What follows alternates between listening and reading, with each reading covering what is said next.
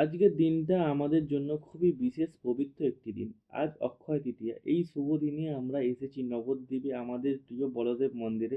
গুরু বাবা, গুরুমা এবং গুরু ভাই তার পুরো পরিবার নিয়ে এই মন্দিরেতেই থাকেন।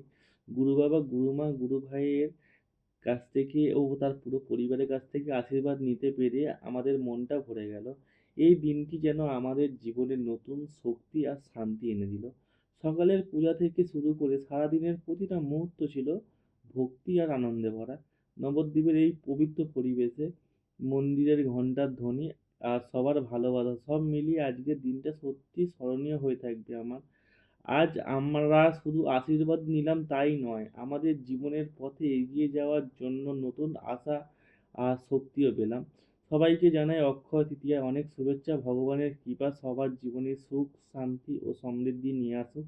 আর আমাদের এই ভিডিওটা ভালো লাগলে বন্ধুরা তোমরা লাইক, কমেন্ট, শেয়ার করতে ভুলবে না। আর তোমরা কারা কারা এই মন্দিরে, বলদেব মন্দিরে নবদ্বীপে গিয়েছো কমেন্ট করে জানাবে।